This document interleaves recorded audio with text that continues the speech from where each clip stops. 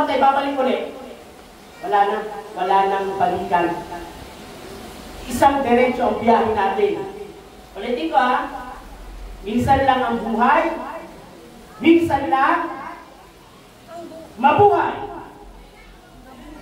Pangatlo, minsan lang tayo dadaan sa mundong ito. Amen? So gawin nyo ng fountain of life si Lord. Parang ayaw. Alam niyo po ba yung amen? Nag-a-agree po kayo sa bawat salita ng Diyos. Hindi ko alam kung paano mo i-delivery mo. Parang yung mga mukha niyo, ano po. Kung tinawagan po ako ni Pastor, sabi ko, sige po, no problem. Alam niyo po, ang buhay natin, kabagay, kung walang lakas, hindi niyo kaya gawin ang isang bagay, especially sa kapulihan ng Panginoon. Amen? Dapat alam natin ang purpose kung bakit kami ligtas. Sabi ko nga sa iyong katabi, bakit kami ligtas ng Diyos? Para mapunta ng langit? No!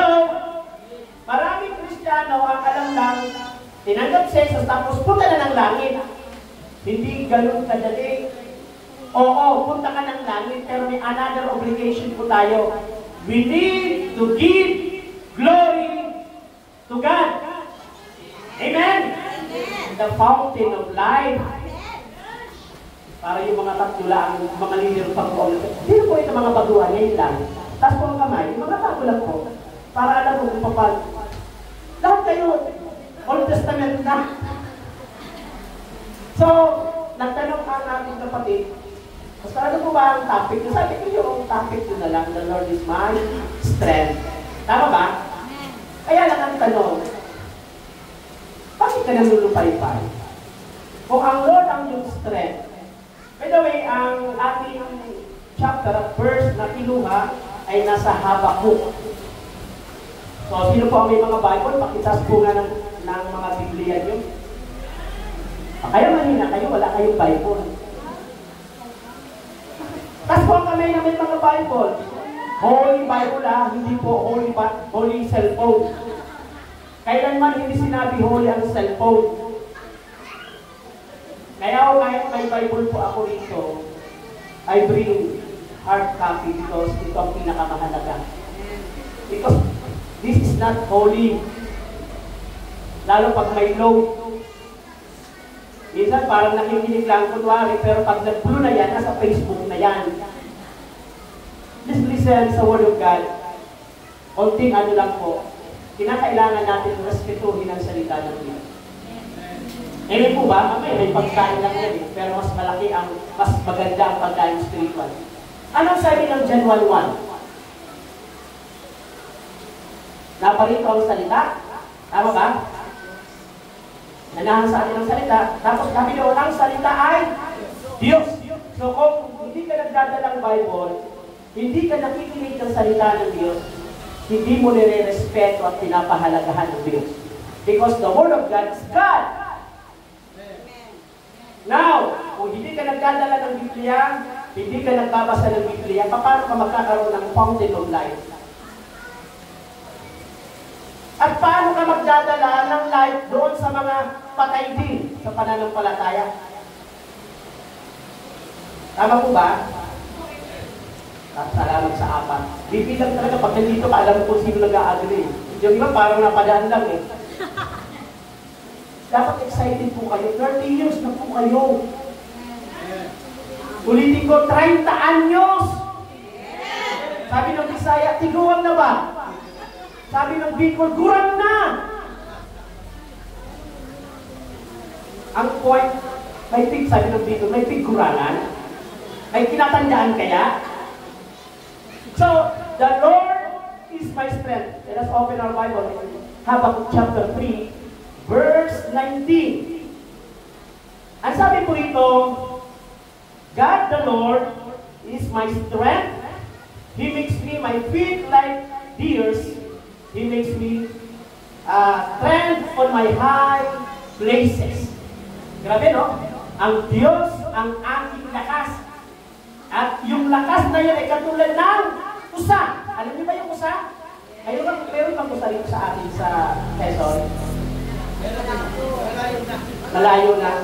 Nasa Bicol na. Mindoro. Pero bibihira na po, bibihira na. May hirap po yan, hulihin. At tapos may mga usa na nabubuhay sa matatarik sa ibang bansa. Yung ligaw ng usa. Tapos doon sila tumutuloy sa sa mga bangin. Nakarampot lang ang kanila pero husay, umakyat. At ang purpose nila para hindi sila alapain ng mga matitindi o matitinding na hayop. Tama ba? Alam niyo sa panahon natin ito, ang sabi dyan, the Lord God is my strength. Kailangan natin ng lakas. Even si Apostol Pablo sa Filipos 4:13, i-connect po natin para makuha natin yung gusto natin pag-usapan. Ang sabi ni Pablo sa Filipos 4:13, I can do all things through Christ, saying, the Lord God is my strength. At pagdating ng Filipos 4:13, I can do all things. Ano daw ang magagawa natin? All things. Sa lahat ng aspeto ng buhay mo, for the glory of God and for the salvation of unsaved, we can do. Hello? Nakikinig po ba kayo? Kung titingin po ako sa challenge ng buhay since naglingkod ako, even yung mga pastors, kung titingin kami sa mga bagay na nangyayari, mga struggle, mga challenge sa buhay, at kung hindi galing sa Diyos ang strength, I tell you, baka wala na kami. Baka iniwan na namin ang ministeryo at nagkaroon na kami ng misteryo. Lalo na kung kaming mga nasa pangunahin. Yung iba alam na kung kailan ako nag-start ng pagkapastor. Nagsimula ako, babalikan natin para makita natin, kukulit natin sa ating mensahe mamaya. Since nag-start ako 16 years old, so ilang taon na po ako ngayon, pa 49 na. So less niyo po yung 16, less doon sa 49. Pero uhaw pa rin ako sa ginagawa ko, parang kulang. Kayo po, ilang taon na kayo? Yung iba, uurong, susulong. Magpapagamit, ayaw na. Babalik, hindi na. Magbabible study, wala na. Tatrabaho, babalik sa Lord. On and off. Sabi ko nga po sa inyo kanina, minsan lang ang buhay. Tama?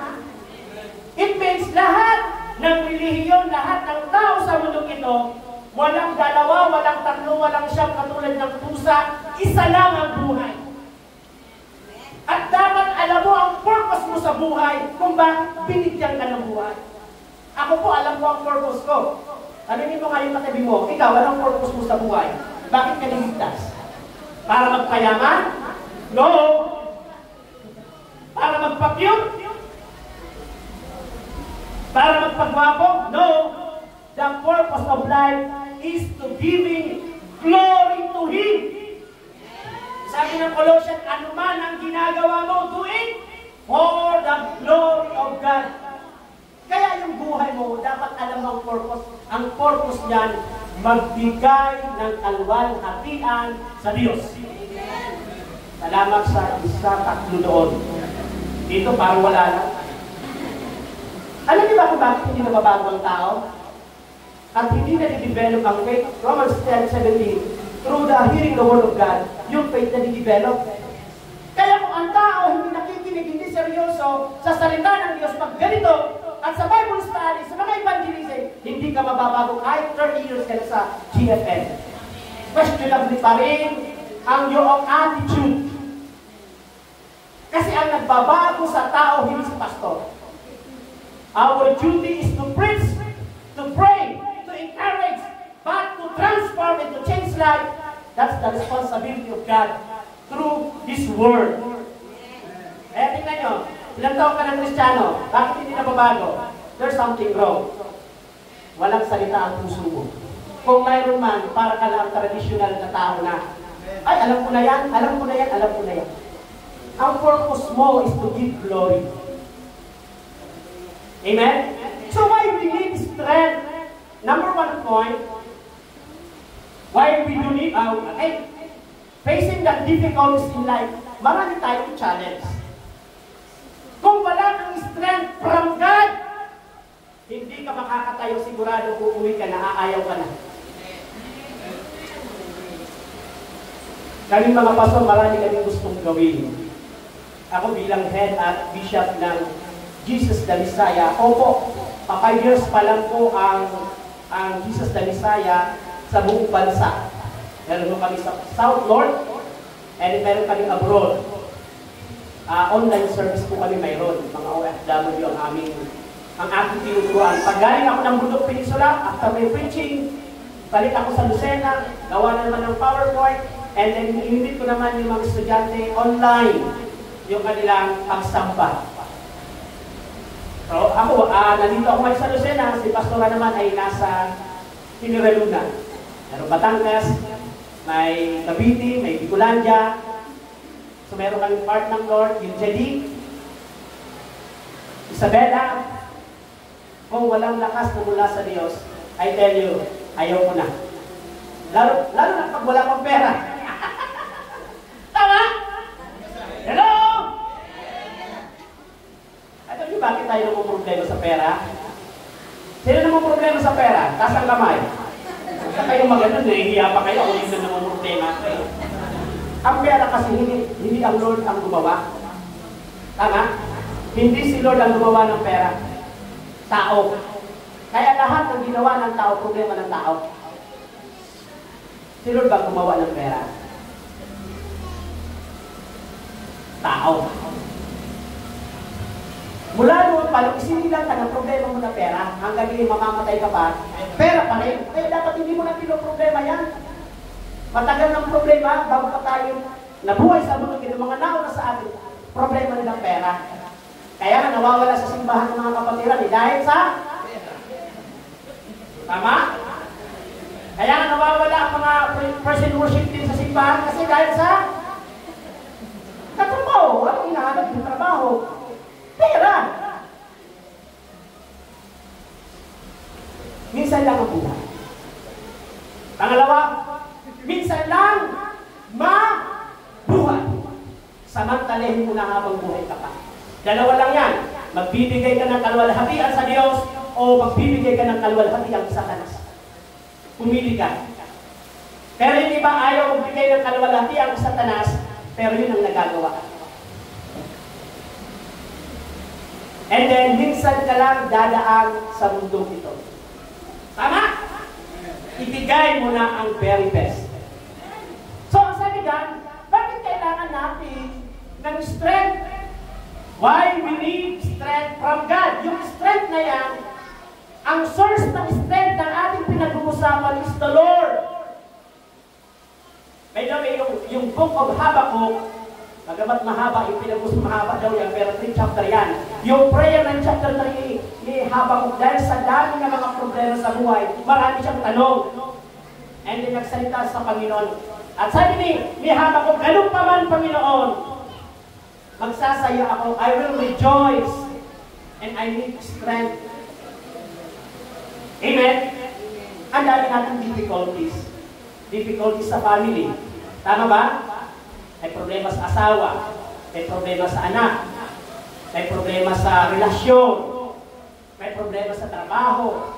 May problema sa bagay-bagay na nai-encounter. Amen?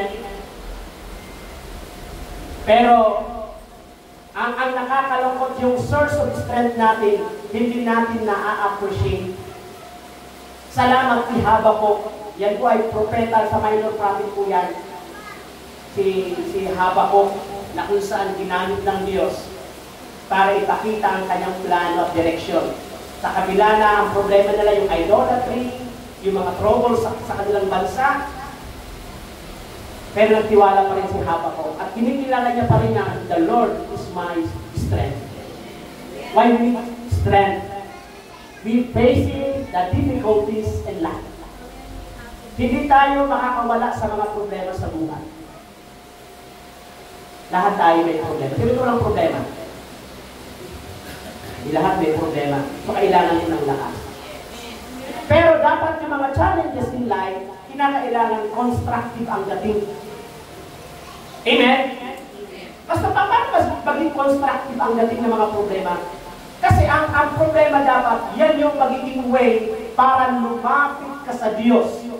Mag-restore ng strength. Pero sad to say, the reality is this. Yung mga Kristiyano may problema, minsan hindi na nagbabasa ng Bible. Hindi na nananalangin at ikaw malungkot, iiwanan na ang simbahan kasi may difficulty sa buhay. Pag ganon ang principle mo as Christian, tanungin mo nga kung ikay Kristiyano. Because difficulties in life, sangkap yan para maging strong ka. Sangkap yan para ma-develop yung tinatawag natin soft skill or yung attitude. Amen?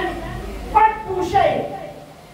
Ang sabi ng Korinto, di ba, o Korinto na, lahat ng tao may pagsubok. At ang sabi ni Pedro, lahat may pagsubok. Lahat ng tao pare-parehas ang dinadanas.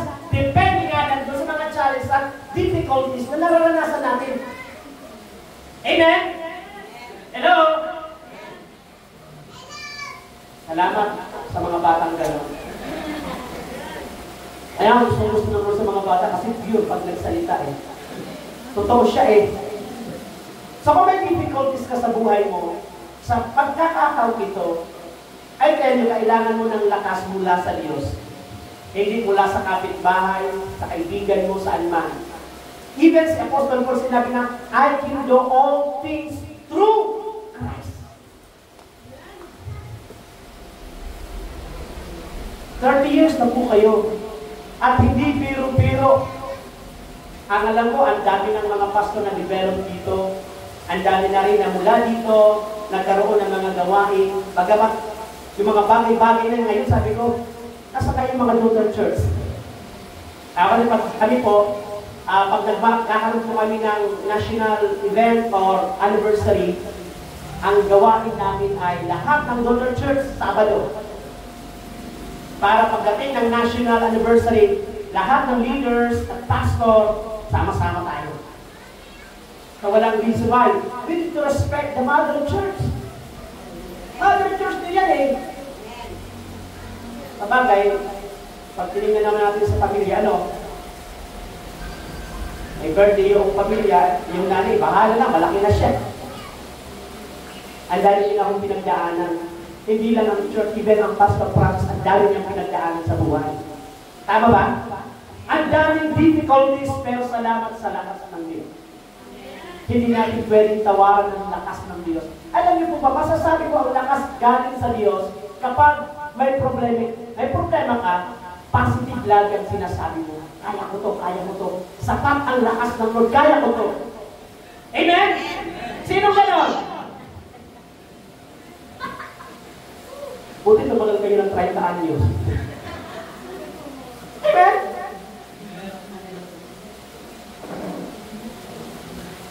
Start po sa aking paglilingkod sa Panginoon after my high school, sa Tabaco National High School ako nag-graduate. Diretso na po ako sa seminary. Maraming difficulty sa buhay ko bilang kabataan, bilang anak, bilang nag-ministry. Pero alam niyo ba, ang source ng lakas ko tuwing may mga kahinaan ako, nagbababad po ako sa presence ng Lord. Ang paghugot ng lakas ay sa presensya ng Diyos. Kapag humuhugot ka ng lakas sa kaibigan mo, sa ibang tao, limited po siya. Pero pwede yung lakas na yan, pansamantala, pero kapag galing sa Diyos ang lakas at doon ka humuhugot, hindi ka matitingan at mabubuwal kahit anong sitwasyon. Kami rin bilang pastor, dami. Minsan, yung miyembro, magtatampo, di ba? Minsan, yung mga miyembro may mga negatibo, normal. Tama? Pero alam niyo po ba, para makatayo tayo na maglilingkod sa Panginoon, sikapin natin sa pagharap natin sa mga difficulties in life, ang pinakasikreto, una, ang pagbababad sa presensya ng Diyos. Kumusta po ang oras niyo sa pagbababad niyo sa Panginoon? Tanungin mo ngayon katabi mo, ilang oras ka sumasamba, nagpe-pray sa presence ng Lord? Hello po! Nakikita naman kapatid, mga kapatid ko, mga kamanggagawa ko, nakikita naman po yung ilang oras, araw ka nagbababad sa Lord, doon sa reflection ng pag-uugali mo. Hello? Ako kapag mga kapatiran natin sa Jesus na Bisaya, nakikita ko, negatibo, hindi na nagpe-pray, there's something wrong yan. Ibig sabihin, outside the presence of God ang kapatid na yan. At kapag nasa labas ka ng presensya ng Diyos, mahirap lumaban. Mahirap tumayo na sa sarili mong lakas. Hello po. Kumusta ang pagbababad natin sa presence ng Lord? Kanina pinapakarindaman ko yung ibang nagkakanta eh. Kung bigay na yung present worship, pero yung nasa loob sa ibang gaganyan. Wala ka sa presence ng Lord. Because in the presence of God, there is fullness of joy. Walang biyay. Biyay? May buloy-tuloy ako. Walang joy. Sabi ng pagpapaawit, magdiwag tayo. Lumundag. Si David, nung nasa presence ng Lord, naging buwang-buwang siya. Yung sinabi magbuwang-buwang, ibig sabihin, yung normal reaction as king, nawala siya doon dahil doon sa presence ng Lord. Minsan nagpapakabaling tayo sa mundo, pero sa Panginoon hindi. Yung mga kabataan, ang usay yan mag-tiktok sa ano, mag-tiktok. Tama ba? Yung hindi marunong magsayaw sa simbahan, friend nyo yung mga kabataan. Makikita nyo ang gagaling-galing. Yung hindi marunong umawit sa loob ng church, makikita nyo yan sa Facebook, sa Reels. Bakit dito hindi? Hindi nyo alam, ang source ng strength hindi lang sa presence ng Lord, kundi sa pagsambat na doon ng strength. Salamat sa dalawa. Bata pa yung isa.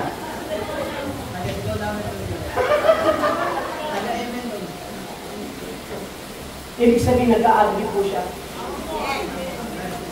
Don't get me wrong. Pero kung gusto mong tumayo, kailangan mo ng lakas na nagmumula sa Panginoong Hesus. Na siyang source para tumibay, magpatuloy. Amen? Doon sa difficulties in life, para ma-overcome mo yan, yung lakas na yun. Pero para makahubog ka ng lakas, pinakailangan consistency yung sa presence ng Lord, yung prayer life at Word of God. Ito ang totoong source ng lakas. Hindi cobra, hindi stress, sting, hindi kung ano man. Ako nakakaranas din po kami ng mga magagawa ng panghihina. Pero tuwing nararanasan ko ang paghihina, yan number one na ginagawa ko is to magbabad ako sa presence ng Lord. Doon po ako umiiyak. And after that, nag-cry na ako sa Lord. Muling babalik ang lakas na nawala. Amen. Yung iba, may problema nga kinakawawan sa sarili. Mga kapatid, hindi na simple ang pinagdadaanan. And I pray sa Lord na gusto natin humigit pa ng 30 years na tulad nyo. O hanggang sa pagdating ng Panginoon. Pero hindi kami makakatagal, hindi kami makakatayo, hindi tayo makakatayo kung walang lakas na mula sa Diyos. Tingnan, paggutom tayo. Tingnan nyo ha, paggutom tayo. Anong nangyayari? Physical. Paggutom. Nangihina. Tama? So para lumakas, ano kailangan? Pumunta sa lutuan. Yung presensya ng lutuan, nandun yung lakas. Physical. Yung presensya ng lakas mula sa Panginoon, doon sa presence ng Lord. Hindi ka pwedeng magbigay, hindi mo pwedeng sabihin, ang simbahan namin is the fountain of life. Paano kung wala kang lakas? Fountain of life nga, pero hindi ka uhaw sa presence ng Lord. Hello? Ulitin ko, ang reflection ng pagbababad nyo sa presence ng Lord is the result of your character and attitude.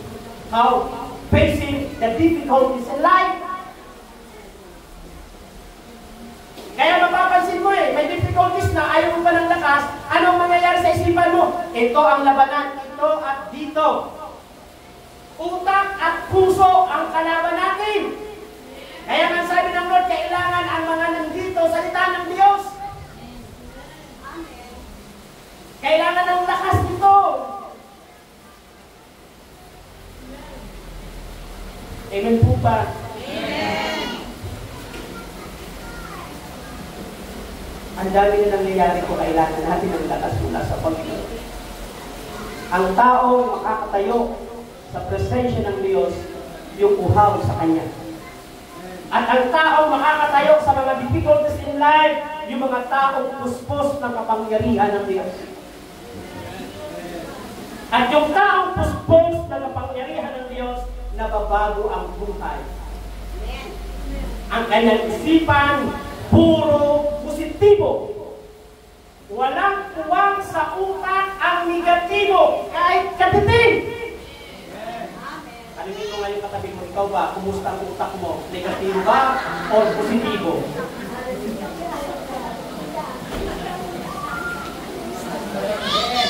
Ulitin ko, ang tao wala sa presensya ng Diyos, walang pagbabago. Pangalawa, ang utak puro negatibo.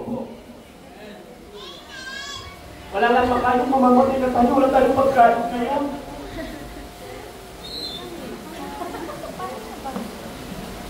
Or minsan magninegosyo, naku baka malugi. Ganun naman na negatibo. Magsasabi si pastor, mayroon tayong project. Pastor, hindi natin kaya yan. No!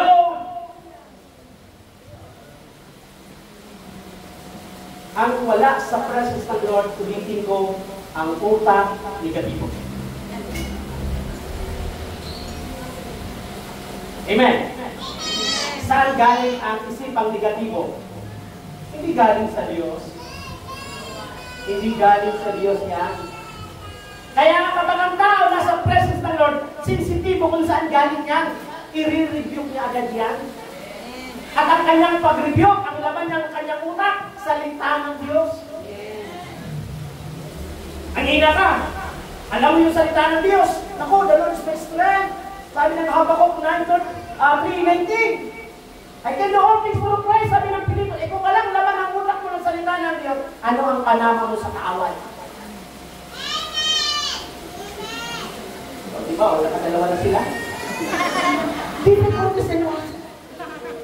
Para ma-overcome natin ang difficulties, kinakailangan magbabad sa panalangin at sa kanyang mga salita. At libang po doon, kailangan yung antas na pagsamba, palalimin nyo. Umaawit lang tayo by our mouth. Ang gaganda ng awit Walang hanggang katapatan. Alam niyo, pag nakita mo yung katapatan, napapaiyak ka. Nasa kabila na tayo hindi tapat, nananatiling tapat ang Panginoon. At yung katapatan ng Diyos na yan ang nagsisilbing lakas. Ano po ba? Alam niyo, dapat nga ang dami na po yung church. Because you are the fountain of life. How come maging fountain of life kung mismo kayo walang buhay? Bakit walang buhay? Wala sa presence ng Lord, walang compassion, walang vision, walang mission. Ano na ang vision at mission? Mabuhay, magtrabaho. Since ako, kumilala ko sa Panginoon for His glory, gusto ko ang buhay ko maging contributor ng pagbabago mula nung makilala ko ang Panginoon. Contributor ba tayo sa pagbabago sa tahanan nyo? Contributor ba tayo ng pagbabago sa barangay nyo? Hello?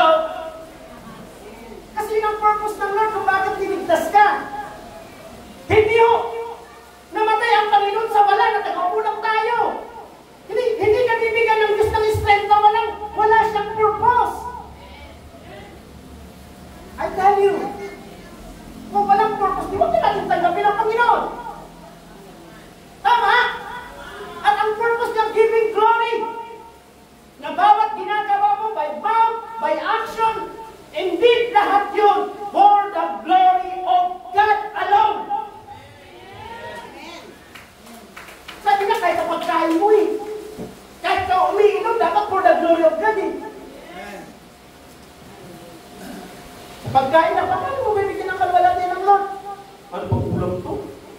Masarap sana kaya. Ang tapang. O, pagrereklamo. Bibigyan ka ng biyaya ng Diyos. Sasabihin mo, kulang. The truth is very painful. But it brings transformation. Alam niyo, ang pinakamasakit yung sabihan ka ng katotohanan.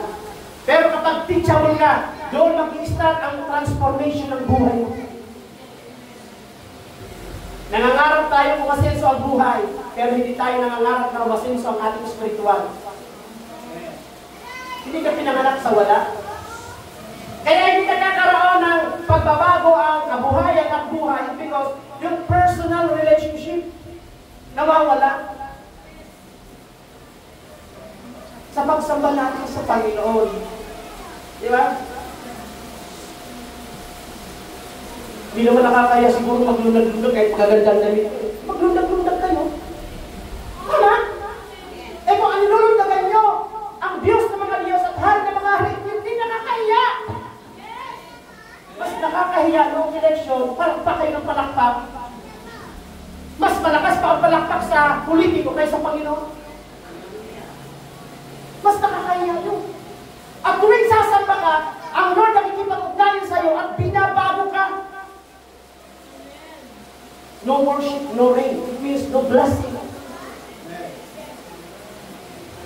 Kaya paano ka tatayo sa mga difficulties kung yung pagbabay mo sa presensya ng Panginoon, mas matagal pa ang pagbabasa ng cellphone sa Facebook kaysa pagbabasa ng Bible? Paano mo nakita yung glory kay Moises na mga taong nakapaligid sa kanya nung bumaba siya? Tumagal siya ng ilang buwan, oras, panahon doon sa Mount Sinai. Kausap si Yahweh. Pagbaba niya, grabe. Glory ng Diyos ang nakikita. Tama? Kaya mapapansin natin kung galing ka sa presensya ng Panginoon, yung kapangyarihan at kanyang kalwalhatian nakikita sa iyo. Mukha mo palang blessed na yung mga tao nakakakita sa iyo. Tanungin mo nga yung katabi mo, nabibless ba sa iyo ang mga tao pag nakikita ka? O naiinis?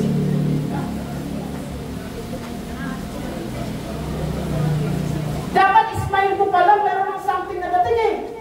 Tama? Pagdating mo palang, wow, nakaka-bless na. Tatawa ko, meron akong pasyente bilang naturopathy doctor ko.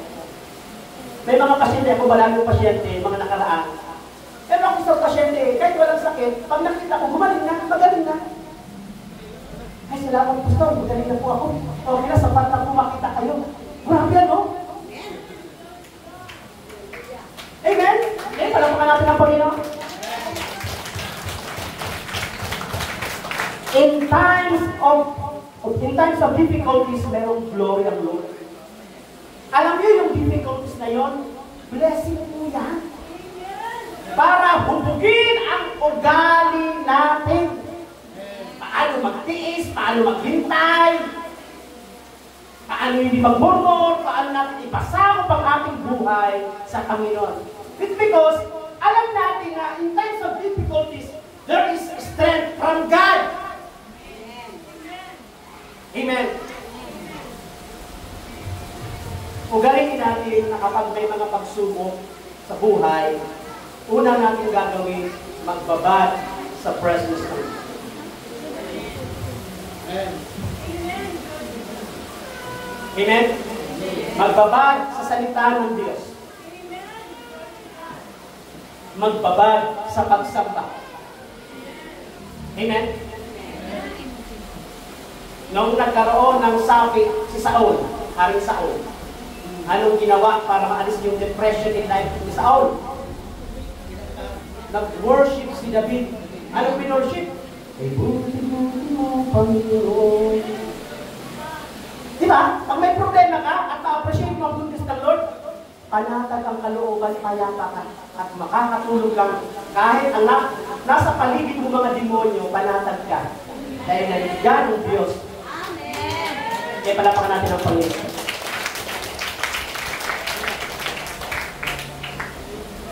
Yun lamang ang pwede natin gawin na bumalik tayo lagi sa presence ng Diyos. Huwag tayong lalayo. Sabi mo nga sa iyong katabi, huwag kang lalayo. Huwag kang lalayo sa Panginoon.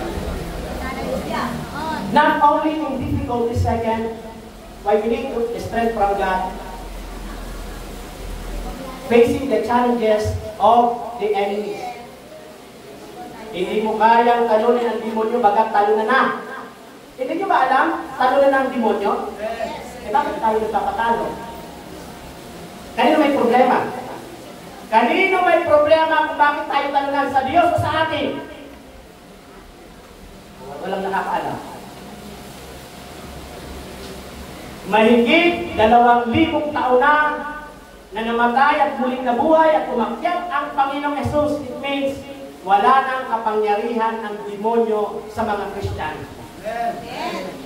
Sabi mo nga sa iyong katabi, wala nang kapangyarihan ang demonyo sa iyo.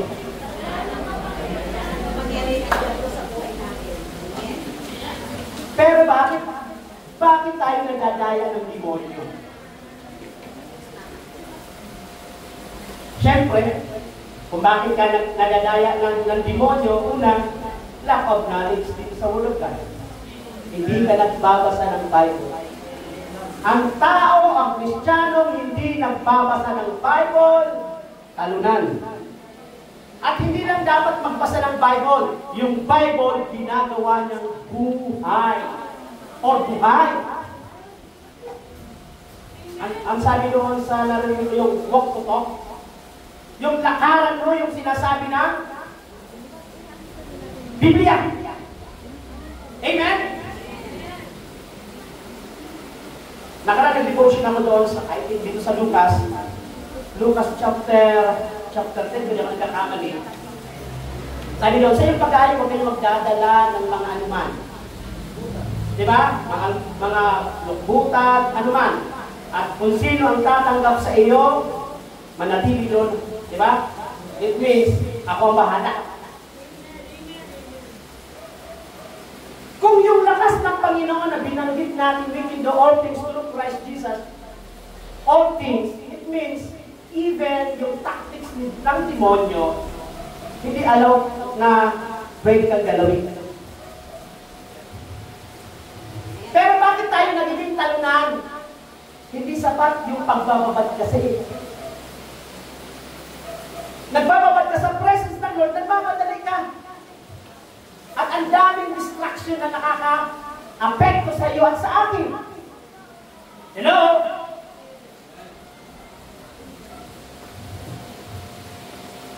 Ulitin ko, mahirap bang kalaban ng demonyo? Mas mahirap ka pang kalaban eh. Tama? Dalawa lang naman ang kalaban natin eh. Dalawang S. Self, Satan. Si Satan, wala nito. Wala nang pangit ito. Wala nang pangit yan. Nangingiliti na lang yan. Nakakita kayo yung sorry ha, gamitin ko yung bungal tapos kinagat ka. Ano mararamdaman mo yung bungal na kinagat ka? Diba kiliti na lang? Ay, ano ba yan? Diba, bungal na eh. Sinasabi din si Satanas ay parang leon. Pero yung fake na leon po yan. Fake po yan. Hindi totoo. Ang taktika niya, mandaya.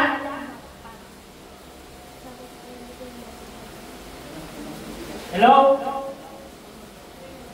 So para ma-overcome natin yung mga challenges of the enemies, kinakailangan natin ulit ng lakas. At ang lakas niyan ay nanggagaling sa kagalakan sa Panginoon. The joy of the Lord is our strength. Tanong, masaya ka pa ba bilang Kristiyano? Parang hindi. Pangalawa, masaya ka pa ba na napapagamit kay Lord? O napipilitan na lamang kasi wala? Salamat.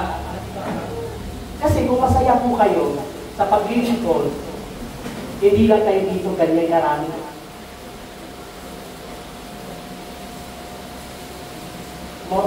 nasa 30 lang tayo.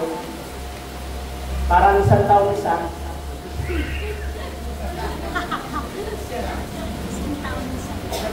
Ay, hindi ako papayag na ganyan, 30 years.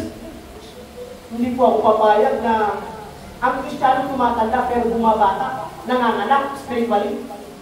Physically, tumatanda, nababaw. Pero spiritually, tumatanda pero dumadami. Hindi ako papayag na 30 years, dalawa lang ang simbahan ng hawak ko. Hindi po ako talaga papayag. Ibig sabihin sa 30 years na yan, hindi seryoso sa paglilingkod. Kasi kung seryoso ka, sambahin mo ka lang, gawin mo na yung just 30 years. Tama?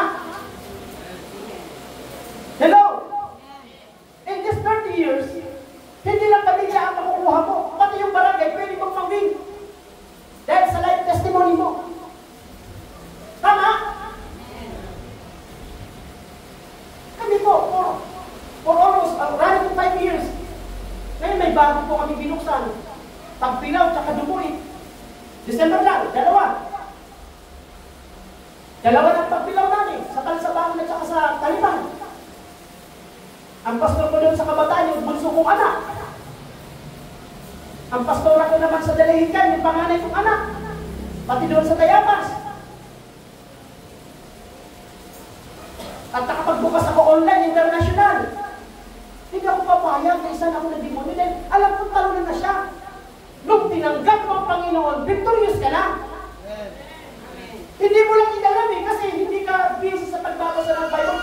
Busy tayo minsan sa kakakalikot ng cellphone at ng negosyo.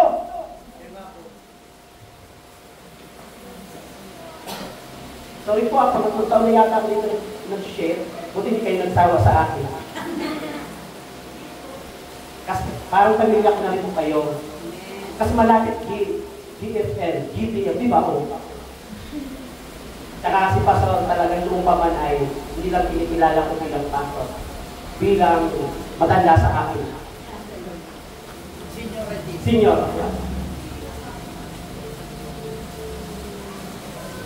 Kami po, parang 5 taon, 4 na taon kami nung nakaraang March.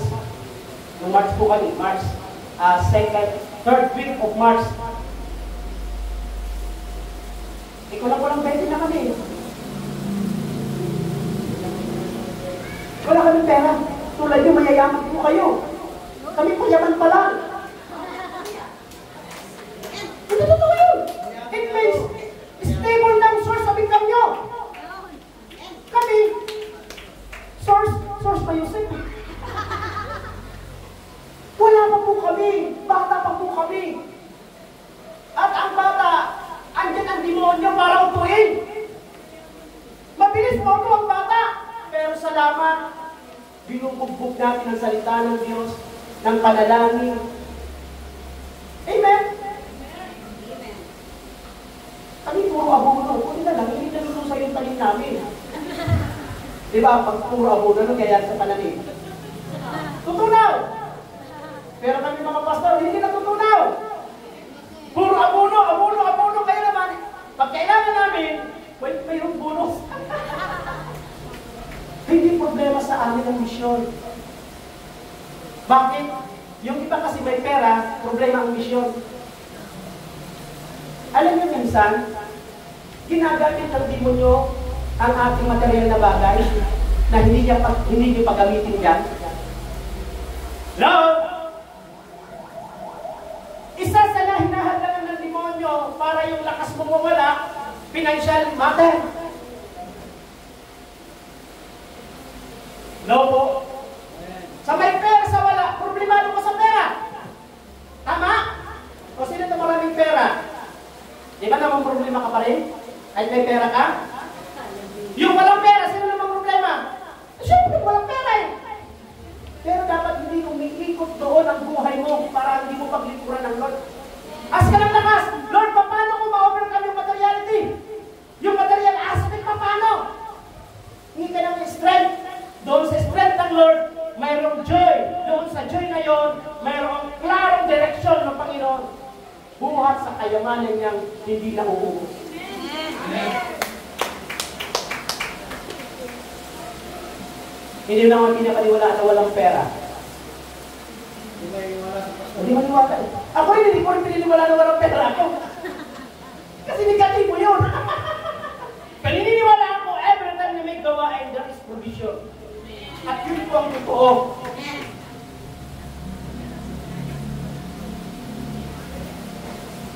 Amen? Amen.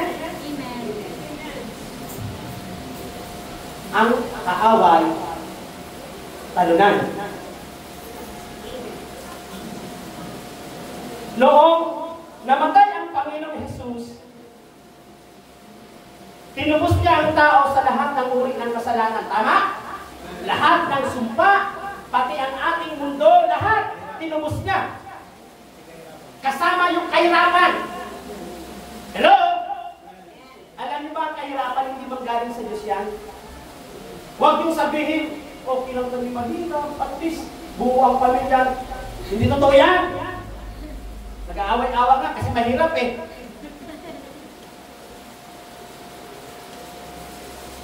John chapter 10, verse 10. Ano ang karakter ng demonyo? Magwasak, umatay, magnakaw, manira. O alam niyo na yan at bigla may dumarating. Kaya nag-build mo agad. Talo na ang kaaway. Pero hindi mo kayang talunin ang kaaway kung wala kang lalim sa salita ng Diyos at hindi mo ito lakaran. 30 years. Grabe, no? Tuwag-tuwa ko, 30 years. Ang dami nangyari. Baka naman pwedeng magkaroon tayo ng breakthrough mula bukas, kasi 31 na bukas. Tatakbo na kayo ng 31 bukas, right? Mangarap kayo sa Panginoon. Mangarap kayo ng buhay mo maging pagpapala sa pamilya, sa church, sa body of Christ, sa buong bansa natin. Maging contributor tayo ng kabutihan ng Diyos na magdadala tayo ng kaligtasan. We need strength para harapin natin ang lakas, ang mga challenge na ginagawa ng demonyo. Amen? Hello? Kaya tayo mga kapatid ko sa Panginoon, kapag ang Kristiyano hindi nagbababad sa salita ng Diyos, hindi siya magiging successful. Kasi mismo ang demonyo, alam niya rin ang Bible. Sabi mo nga sa iyong katabi, mabuti pang demonyo, alam ang Bible. Ikaw, nag-aalam-alaman lang. Tama? Chapter 4 ng Mateo. Yes. Mas mahusay pa sa Old Testament books. Nasusulat. Akalain mo yan? Ikaw, pag tinanong, saan nga yun? Saan nga yun? Ang limot ko na. Ito nakakalungkot ngayon. Hindi na gaano maalam ang mga kabataan ngayon sa Bible. Hindi na nag-memorize. Matakot tayo mga kapatid. Matakot tayo sa next generation. Wala nang alam sa Bible. Bakit? Hindi na natin tinuturuan mag-memory verse. Sino mo rin nag-memory verse pa araw-araw? O, kalahin mo niya. Kaya maniniwala ko talagang talunan ka. Kasi, alam mo, may problema ka nang ihina ka, anong panglaban mo? Every time na meron tayong mga weaknesses, every time na mga challenge tayo, ang una natin paglaban ay salita ng Diyos. Even si Jesus Christ sa chapter 4 ng Mateo, ang pinanlaban ng Word of God. Sabi na si Satanas, di ba, sabi ng Biblia, nasusulat, di ba, gawin mong tinapay ang batong ito. Si Satanas, laging nagbibigay ng pagdududa sa salita ng Diyos. Pero si Jesus Christ, direct ang sinasabi niya. Di ba? Direct na bakit? Alam niya kasi totoo ang Bible. Totoo ang Bible sa mga taong nilalakaran ang kanyang mga salita. Sa mga taong hindi nilalakaran, binabasa lang, may pagdududa yan. Pero sa mga taong nilalakaran ang salita ng Diyos, I tell you, harapin mo man yung mga demonyo sa buhay, kaya mo sabihin, overcomer ako. I can do all things. Amen po ba? ang taong punong-puno ng salita ng Diyos. Ito yung mga taong nabubuhay sa pananampalataya. Sinabi rin yan ni Habakkuk chapter 2. Verse 4, hindi na pagkakamali. Ang matuwid ay nabubuhay sa pananampalataya. Hindi yung ang matuwid ay nabubuhay sa wala. Sabi mo nga sa iyong katabi, matuwid ka ba? Yes. Mabuhay tayo sa pananampalataya. Balik tayo. Alam ko naman, mga basic lang naman po yung pinag-uusapan natin. Ano ba ang faith? Paniniwala sa tiyakan. Tiyak! Kaya ang tao may pananampalataya, tiyak lagi ang biyaya. Hebrews chapter 11. Ang pananampalataya ay paniniwala sa mga bagay na tiyak na darating. Kaya kung wala kang salita ng Diyos, hindi develop ang faith mo, puro ka pagdududa, puro ka tamang hinala. Pero yung tao may pananampalataya, walang duda yan. Bakit? Tiyak. Sinabi mo yan ng Bible, tiyak. Kaya pag sinabi ng Lord na mababago ka, tiyak yan.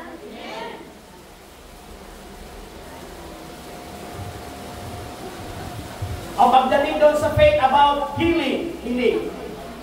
Sino ito naniniwala sa kagalingan ng Panginoon? Tingnan natin. Anong sabi sa Isaiah? Sa kanyang mga sugat? Tayo ay? Sige po, sabay natin. Sa pamamagitan ng kanyang mga sugat, tayo ay? Kalahin mo, hindi nyo alam yan eh. Kaya ang takbo nyo agad, doktor. Tama? Salamat, baby. Yung word na nagsigaling, past tense or present tense? Sabi ng English major, sinong English major dito? Teacher. Past tense or present tense? Ang nagsigaling, past tense. O bakit hindi nangyayari? Tapos na pala eh. Duda. Duda. Kristyanong duda. That is the present tense. That is past tense. Everything happened. Past tense na po yun. It means lalakaran mo na lang.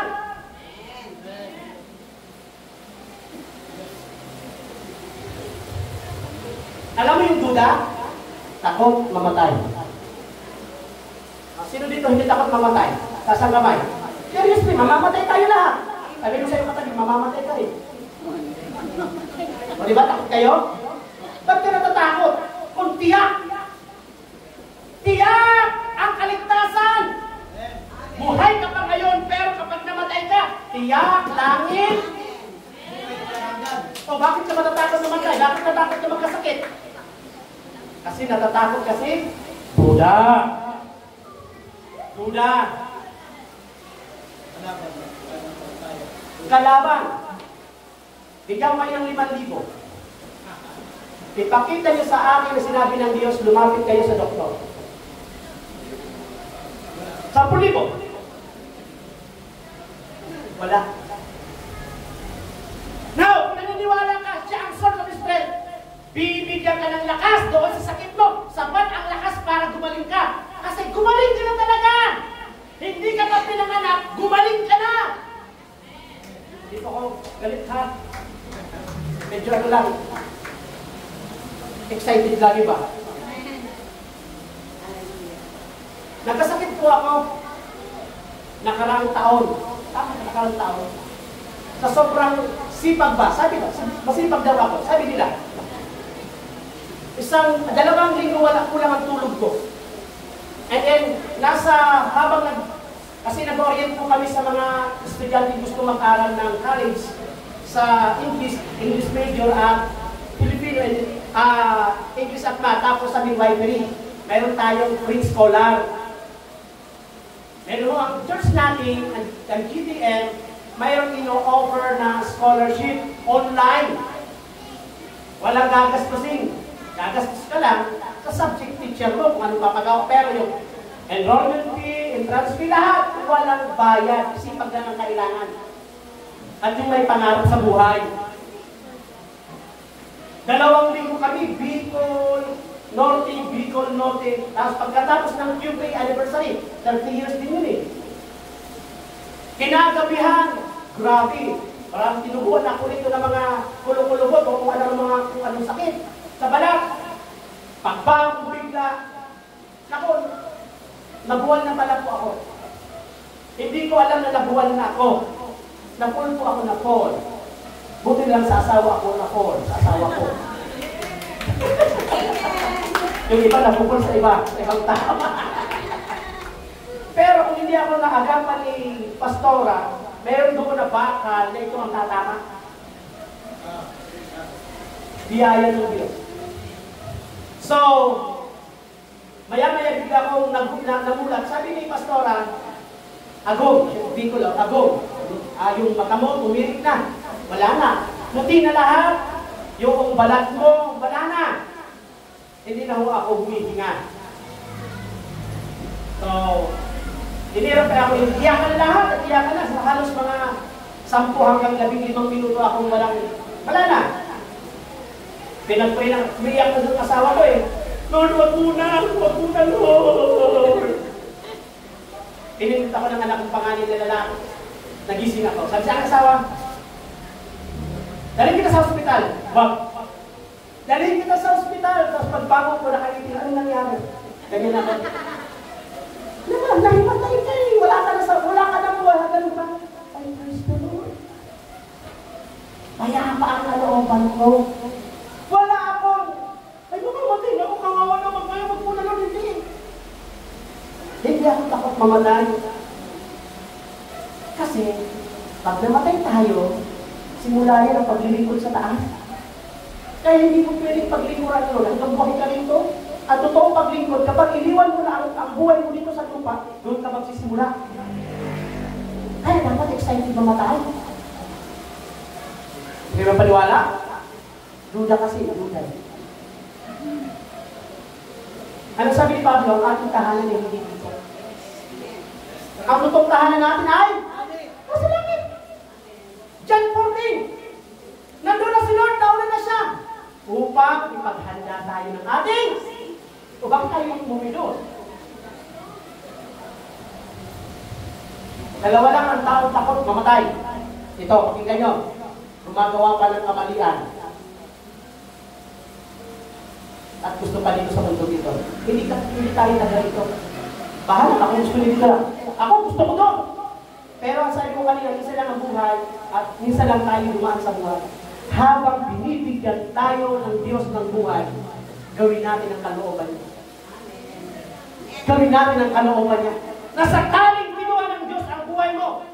Yung itinanim mo rito, na kabutihan, pagtuan, nag-invest ka sa langit ng kayamanan. Ano na bang investment niya? Sino rito may investment ka sa langit? Tatlo lang ha? Sa inyo wala pa. Pwede pa kayo mag-invest? Diba sabi ng Matthew chapter 6, doon kayo mag-ipon. Tama? Ang investment ito, kapag ang buhay mo pinapagamit mo dito, nag-i-invest ka doon. Kapag yung material na bagay, pera, material na bagay ginagamit mo, nag-i-invest ka doon. Tama? Yung investment dito, ang ROI. Alam yung ROI? Mga negosyante. Alam niyo yung ROI? Ano po yun? Return of investment. Wala kang ROI sa langit kung hindi ka nagpapagamit dito sa GFL. I tell you. Kung hindi ka nag-mission, wala kang ROI doon. Yun lang ang masarap. Pagdating mo sa lupa, ay pagdating mo sa langit, ayahay ang buhay natin. Kung puro lang busy ka sa mundo ito, wala kay Kristo, wala kang ROI doon. May talent ka magpakanta, ayaw mo. May talent ka sa instrumento, ayaw mo. Wala kang ROI doon. Kapitbahay mo, hindi mo i-evangelize. Wala kang ROI. Dito sa lupa, kapag ka mag-worship, hindi ka ba alam yung yung pag-worship natin dito ay practice lang. Hello? Basta lang yung revelation. Doon! At, sabi ng Bisaya, adlaw at gabi, nag-worship. Walang humpay na worship. Dito, 30 minutes lang ba? Ano ba yan? Pupuri. Tagal naman! Hindi ka sanay dito, sorry, hindi ka pwede doon. Kasi dito, pinagsasawaan yung sumamba. Dapat sinasanay, maging lifestyle! Alam niyo kapag hindi natin naging lifestyle ito, kakanta ka lang sa bibig, pag uwi mo, pagod ka. Buti na lang hindi ako sumamba. Kakayos naman, ito! Tingnan mo yung iba, pag sumasamba, napapagod lamang. Sino pagod ka rin ah? Oo, kita ko naman. Ayaw ko lang ano kasi baka, ako nagaganyan naman. Parang pakiramang wala lang, tumatalon, walang ano. Mapipigat yan ang espiritu. Eh hindi na ako lumilingon.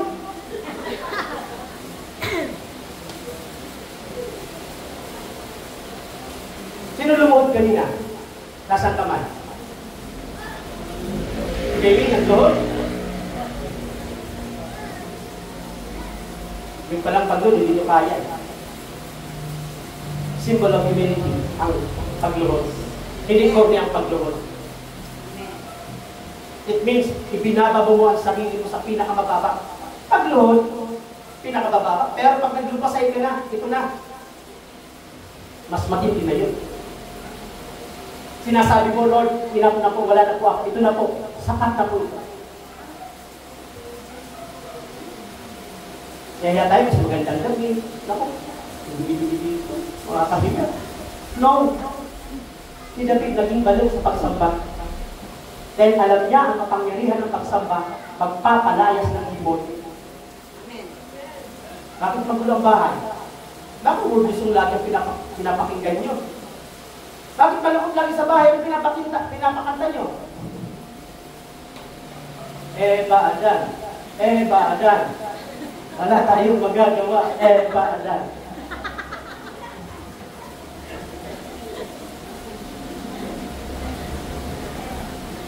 Kumuha kayo ng karaoke, ano pinapakanta nyo?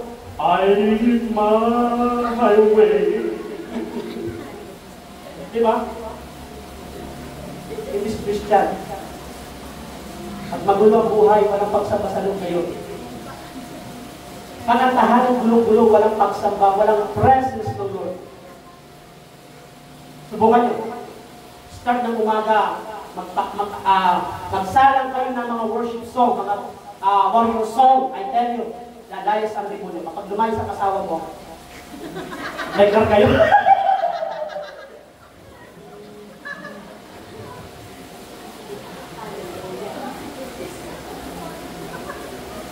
Yung challenge of enemies, not only the word of God, but yung worship. Ang sabi ng Romans chapter 12, dapat ang worship maging lifestyle. Ano sabi ni Pablo? Ako'y namamantik sa inyo. Anong pamamanik? Ihandog mo, i-offer mo ang iyong buhay bilang haing buhay. Bakit buhay? Kagamit-gamit. Ano? Kagamit-gamit ba kayo? O nagpapagamit ba kayo? Yung pagpapagamit mo sa Panginoon, ano yan ang pagsamba? Kaya kung ayaw mo magpagamit, parang ayaw mo sambahin ang Lord. Buhay at banal. Tama? And then, kalugod-lugod sa Kanya. Ito ang karapat-dapat na pagsamba. At sa subject namin sa CMB, pinalakay ko po yung sa college sa Edo, in-explain ko sa kanila yung worship ng Old Testament and yung worship na hinihingi ng New Testament. Alam naman natin yan, sa Old Testament, ang pagsamba ay kailangan ng ano? Sa Old Testament, ng alay. Tama? Hindi sarili ang inaalay. Kung ikay mahirap, bato-bato, yung pang mahirap na handog, na walang kapintasan. Pero sa New Testament, hindi na kailangan yun. Anong kailangan niya? buhay mo. Buhay mo! Sabi mo nga sa iyo katabi, ang kailangan ng buhay mo. Buhay natin! Hanggang anong oras ko ako rito? Baka gutom na kayo. Ayos lang. Bago pa naman, mga alas 11 pa lang. Nag-enjoy po ako pag-word of God talagang nag-enjoy po ako siya. Ang sarap. Sarap pakinggan ang salita ng Diyos kasi may strength. So, bakit kailangan natin ng lakas? Kasi para sa pagharap sa mga difficulties sa buhay, personal po yun. Pangalawa, para harapin ang mga challenges na binibigay ng demonyo sa atin. So, ang sabi ng 1 Peter chapter 5, kung hindi nagkakamala, no? Ang sabi doon, parang leon. And doon sa verse 8 or 6, ang sabi doon, magbantay ka. Magbantay. Paano magbabantay? Yung mga bantay na yan, ang demonyo po, may kapangyarihan siya na galawin ka kapag mayroong entry point. Hello? Ano yung entry point? Hindi ka nagpasa ng Bible, entry point ng away. Hindi ka nanalangin. Hindi ka nagpapasa ng Bible, hindi ka nanalangin. So, magiging negatibo ang utak mo. Bukas na yan. Para dayain ka. Tama? Sabihin mo sa iyo katabi, huwag mong hayaan, buksan mo ang kaaway sa buhay mo. Amen? Kung bakit dinadali tayo ng kaaway, hindi dahil gusto niya. Mayroon kang open door. Even sa mga desisyon po natin, paano mo malalaman ang kalooban ng Diyos? Kapag nag-desisyon kami kapayapaan, masaya ka, ituloy mo. Amen? Kasi ang Lord hindi nagbibigay ng kaguluhan, puro kapayapaan. Sa difficulties in life, ulitin ko, talo na ang kaaway. Masabi mo sa iyo katabi, talo na ang kaaway. Amen? Ano pa ang pangalawang kaaway? Self. O self.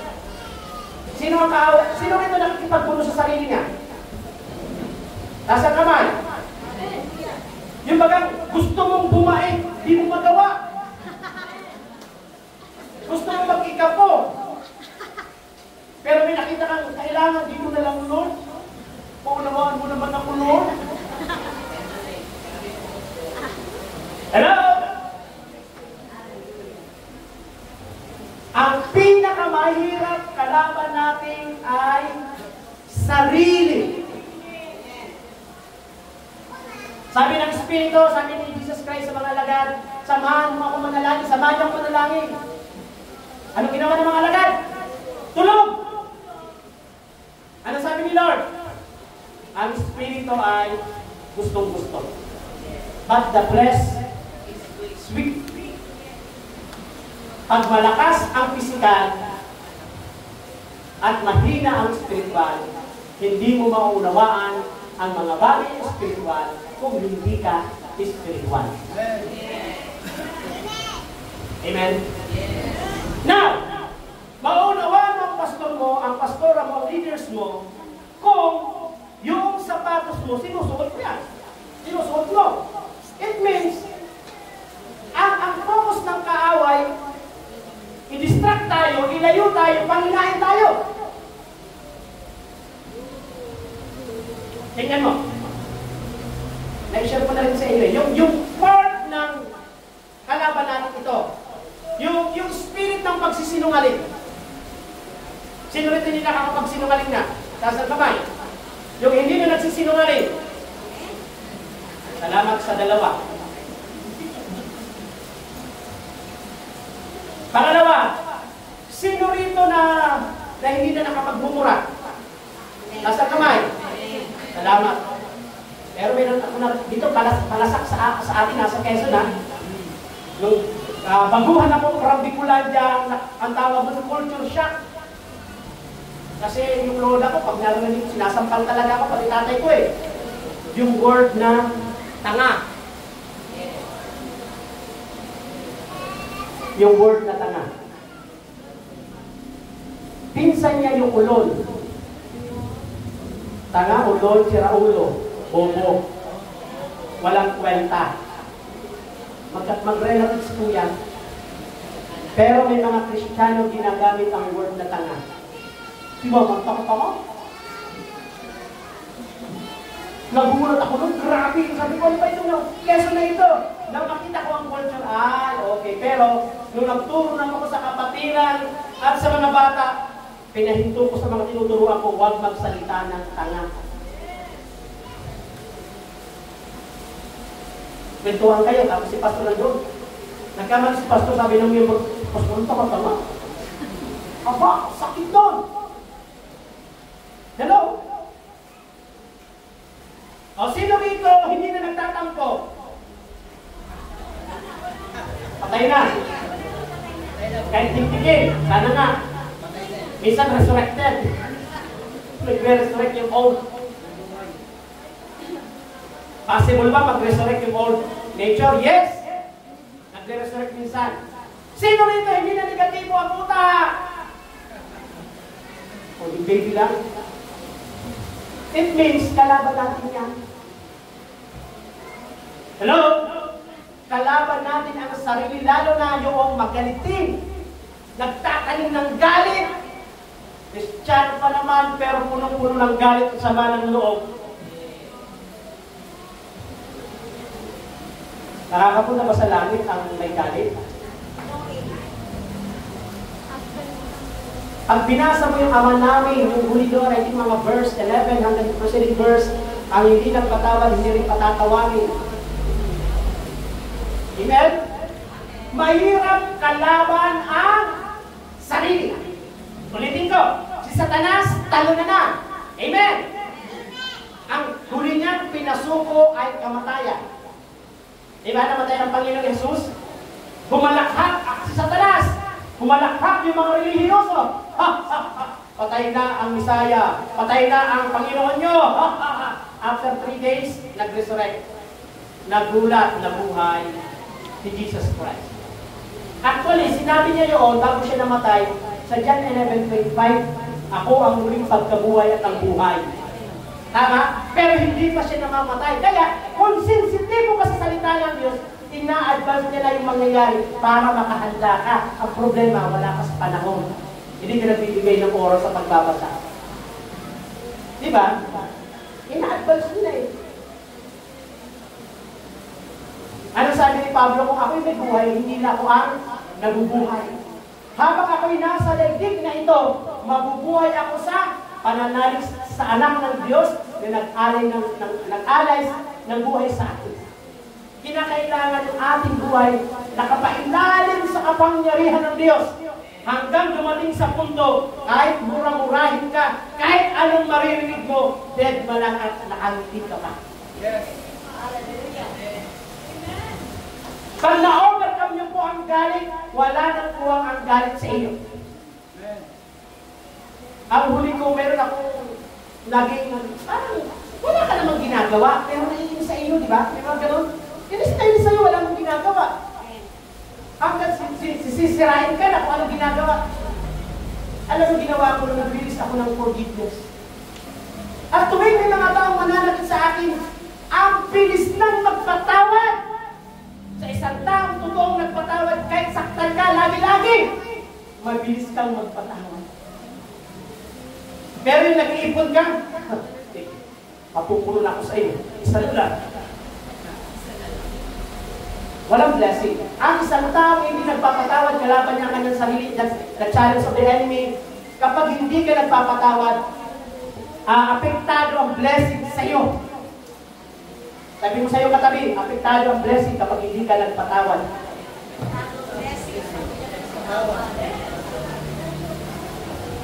Amen? So kinakailangan, tanggalin ang lahat ng mga bagay na siyang ayaw ng Diyos. So kinakailangan protection natin ang ating sarili. Naalala ko sa Mateo, mayroong kwento na yung isang bahay, lumayas yung may-ari. Tama ba? Tapos yung may-ari, umalis, yung nakatira doon sa bahay, ay dumating ang panahon, bumalik yung nakatira sa bahay. Walang nakitang nakatira, bumalik. Anong ginawa? Naghanap pa ng pito. Sa Kristiyano, once na tinanggap mo ng Panginoon, dapat punuan mo ng salita ng Diyos, pagsamba, panalangin, devotion, evangelism, lahat para hindi na bumalik yung umalis sa iyo. Kaya maraming Kristiyano naging worse ang buhay, nakakilala, pero naging bakante ang sarili. Hindi nagbabasa ng Biblia, hindi dumadala sa gawain, hindi nagpapagamit, kaya pagbalik ng umalis, distraction ang nangyayari. Kailangan natin ng lakas. Pero tiyak po ako, ang kalaban, ang demonyo, wala nang kapangyarihan. Huwag mo lang siyang bigyan ng puwang. At ang pangalawang kalaban natin ang ating sarili na tanging pwedeng mag-transfer sa atin sa pagbababad ng presence ng Lord. At pangatlo, facing the challenge of the enemies. Pangatlo, ito po. Kunti na lang po mga madam, mga sir, mga kapatid ko sa Panginoon. Facing the challenge in the ministry. Sino po rito ng mga ministry? Tapos po kamay. Ilan lang? Ibig sabihin, ilan na nagpapagamit dito? Ulitin ko po, sino rito nagpapagamit dito sa church? Taas, o kumentos ng kayo doon, sino nagpapagamit? Diyos ko po, wala pa sa 10%. Bakit pa tayo mabubuhay? Bakit ka pa dinala ng Panginoon dito? Tanungin mo ngayon katabi ko, bakit ka pa dinala dito kung ayaw mo magpagamit?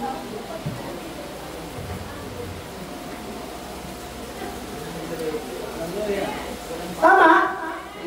Ano lang gagawin mo? Ano sabi ng Lord, ako mo ng ubas, kayo ang mga sanga? Tanungin mo, nakaugnay ka ba talaga? Ang isang Kristiyano nakaugnay sa Panginoon, may mga struggle na haharapin, pero mayroong pagbabago. Pero ang purpose ng Lord, kung bakit pinuputol yun, maging fruitful ka. Hello?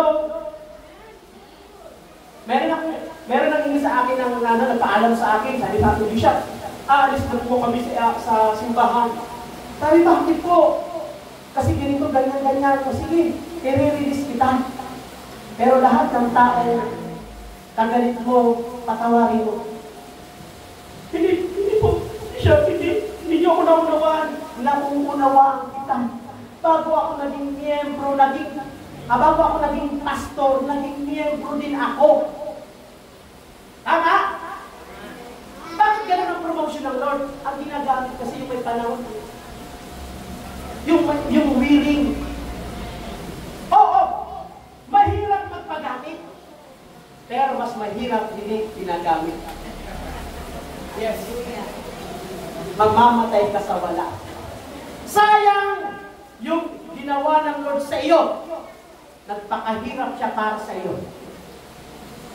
Ama? Itinakbol siya ng mga tao dahil sa iyo. Tinawag siya kasamahan ni Beelzebul dahil sa iyo. Tama? Namatay siya dahil sa iyo. Babalik siya dahil sa iyo. Pero ang tanong, ano naman ginagawa mo para sa kanya? Alam niyo po, si Lord, everything na impossible, ginawa niya. Tama? Tama ba? Ano po yung bishop ng impossible? Si Lord, Diyos, pero iniwan niya yung pagiging Diyos. Pumunta sa lupa. Tama ba? Kayo, pupunta ba kayo sa langit? Di ba tayo pwede mag-transform rito na maging Diyos tapos pumunta ng langit? Mahirap yung para sa atin. Tama? Ito pa. Yung karangyaan niya sa langit bilang Diyos, iniwan niya yun. Ang kaharian niya, iniwan niya, lantay na ginto, pinaglilingkuran ng lahat na spiritual na nandoon. Pero dito, pag punta niya sa lupa, sabi sa Bible, di matirahan wala. Tama ba? Pinaratangan, hinatulan.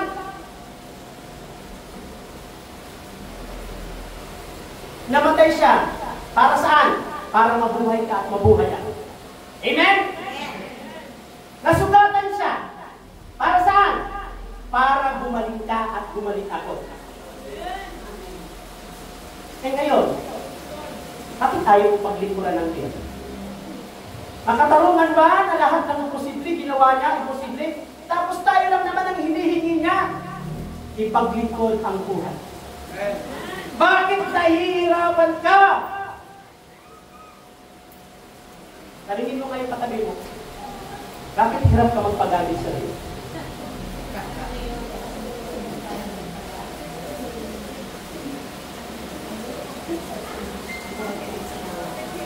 Mga kapatid, may reminders sa atin si Lord.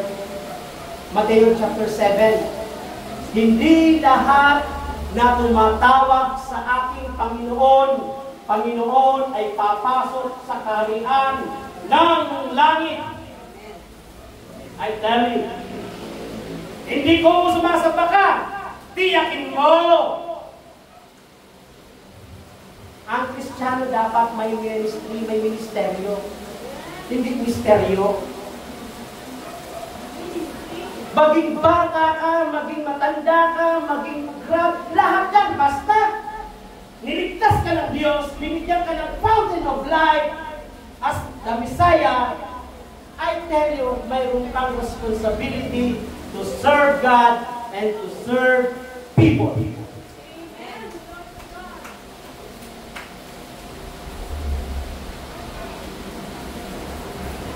Hello? Sayang yung buhay mo kung hindi ka magpagamit kay Kristo. Sayang.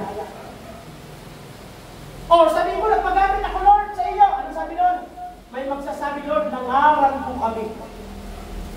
Nagpalayas ng masasamang spirito. Nagpagaling ng karamdaman ng sabi ng Panginoon. Hindi ko kayo kilala. Alam niyo ba, doon sa Bible po, yung binanggit nung nagsabi na, Lord, nangaral ko kami, ginagawa natin yung tama. Tama po ba? Lord, nagpagaling kami ng karamdaman, ginagawa natin, tama.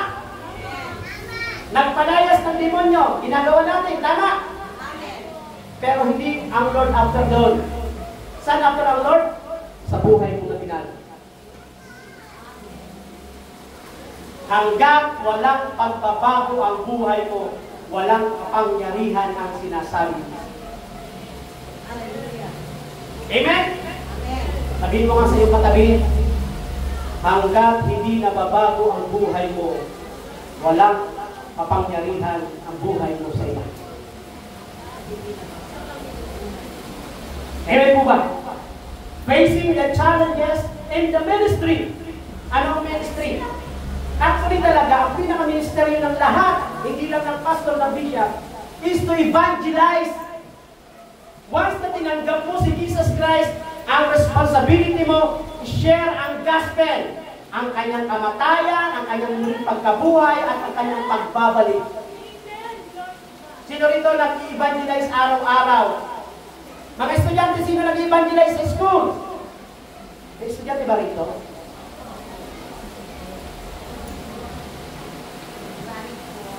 Eh, anong saysay nilagay ka ng Lord? Pinag-aral ka ng Lord sa pamamagitan ng mahal mo sa buhay. Eh, ang daming kaluluwa dyan. Sino yung mga nagtatrabaho sa mga offices? Taas pong kamay. Wala pala dito mga professional pastor. Bagong graduate. Tingnan mo ha. Sino bagong graduate? Taas ang kamay. Bagong graduate. Ay, hindi pa graduate. Office work. Sino po? Oh, papayag kayo pag namatay ang office mate mo. Office mate, Bisayan na yun. Ay, tuturo kasi sa Bisaya, kaya hindi mo Bisaya ba? No, oy. Papayag ba kayo na nandun ka sa office, and then, hindi sila mga Christian, tapos namatay, papayag kayo. Tapos haharap ka sa langit, ang saya-saya mo. Tapos sabihin niyo, ang office mate ko, Christian pala, Panginoon. Akala ko hindi Christian yun.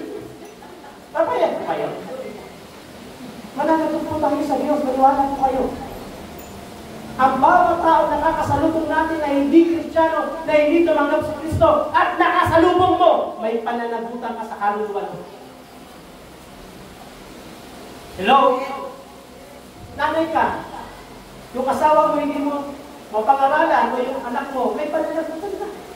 Lahat po tayo may pananagutan. Yan ang unang ministeryo natin. Mahirap natin i-win ang kaibigan natin, ang ating kaklase, ang asawa, ang mga anak, kung hindi tayo kakitaan ng pagbabago. Sabi ko nga kahit wala na si Satanas, mukha mo palang mali-discourage na. Tama? Mukha palang challenge na challenge sa iyo. Hello? Pag mo kayo papayag, mamamatay tayo, may isa wala kang nadala sa Panginoon. Nadala mo nga, pero nadala naman. Ay, nawin, pero nawin lang.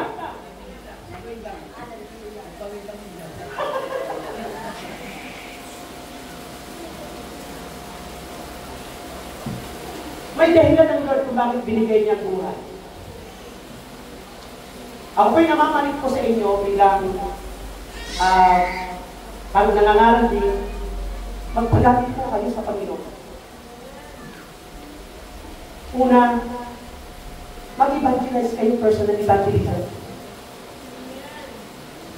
Kung takot kang magsalita, magdala ka ng tracts. Hindi mo tract, ha? Tracts, yung babasahin. Dalhin mo ilagay mo sa bag nyo, sa offices, sa school, pagbabago. Kasi takot ka Pwede bang ibigay mo na lang? Tapos nakalagay din yung address ng church, ng DFL. Pwede po ba yun? Parang kayong taga rito. Ikaw na lang, Bishop. Ikaw ang tinawag. Lahat tayo tinawag. Unang pagkatawag sa atin, tinawag tayo bilang mga anak ng Diyos. Hindi lang obligasyon ng pastor, ng bishop, ng mga leader ang mag-share ng gospel. Lahat na tumanggap, may pananagutan, mag-share ng gospel. Amen? Hello? At yung pag-evangelize mo, paligayahin mo ang langit. One soul at a time. Isang kaluluwa lang. 1,000 anghel ang mag-celebrate.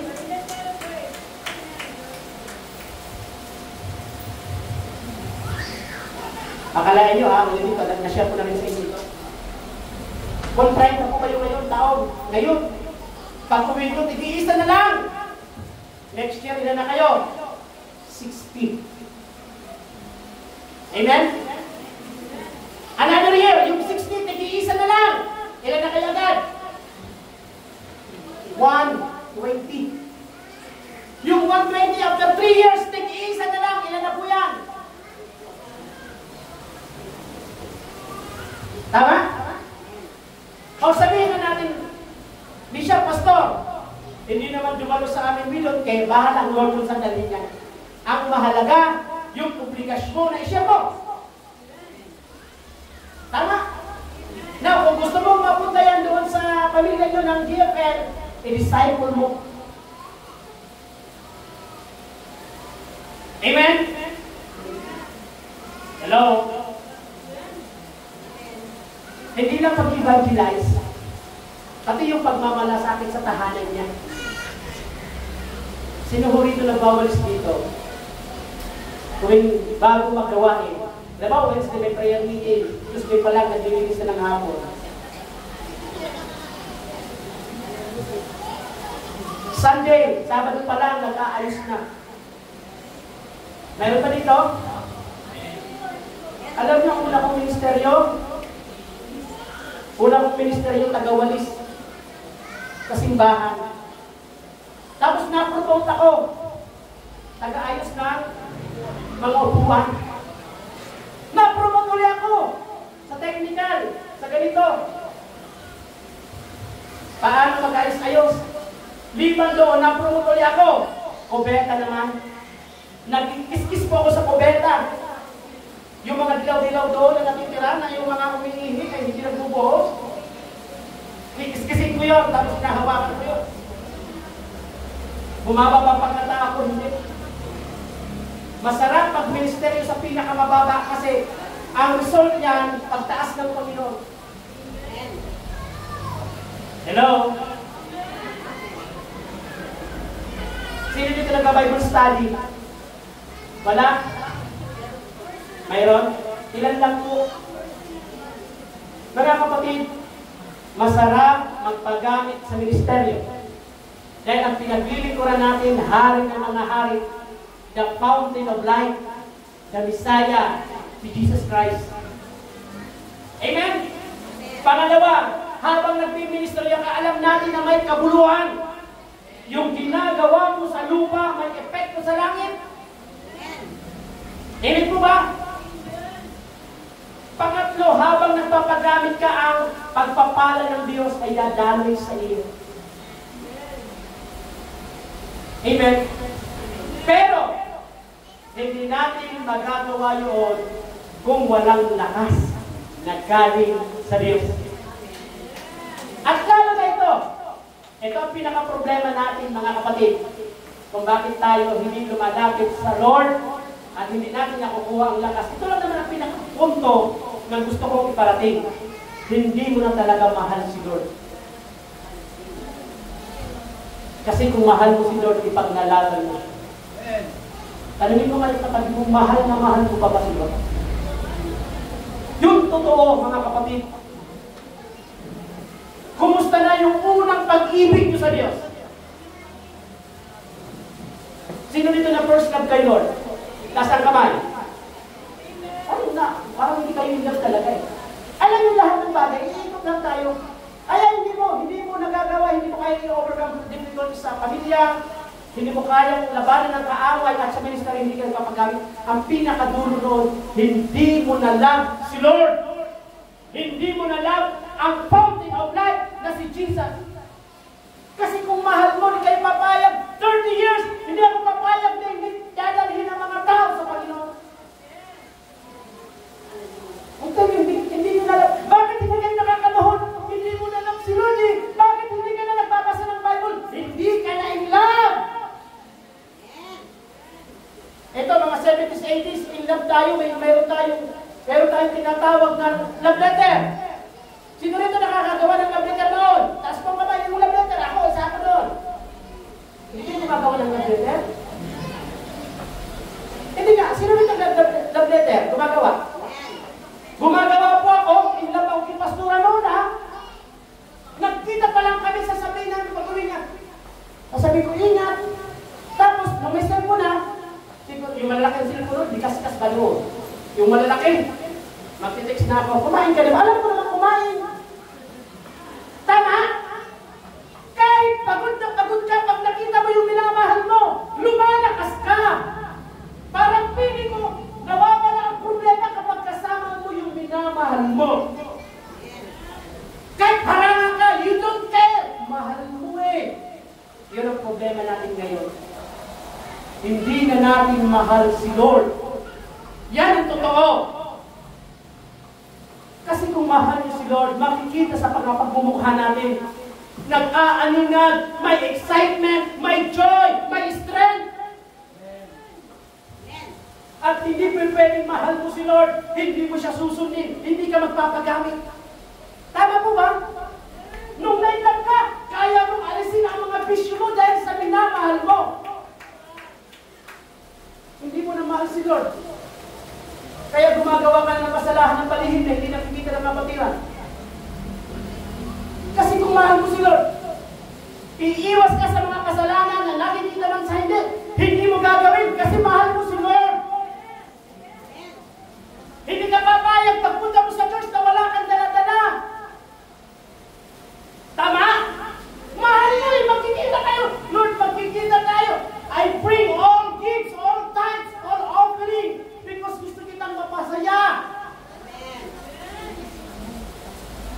Amen? Hindi na natin mahal si Lord kasi pagpunta natin sa simbahan, okay na kung ano ang susuot natin. Naunawa naman ako ni Lord. Hello? Alam niyo kung bakit hindi na kayo nagbabasa ng Bible? Seriously? Hindi mo na love si Lord. mo ba kung bakit hindi mo na siya kinakausap? Hindi ka na excited manalangin?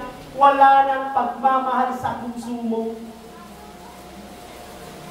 Mas minahal na ng tao ngayon ang mundo kay Kristo. Ang mundo ang ginagalawan natin, mas excited ang kapatiran ng mga tao paglingkuran ang mundo, hindi kay Kristo.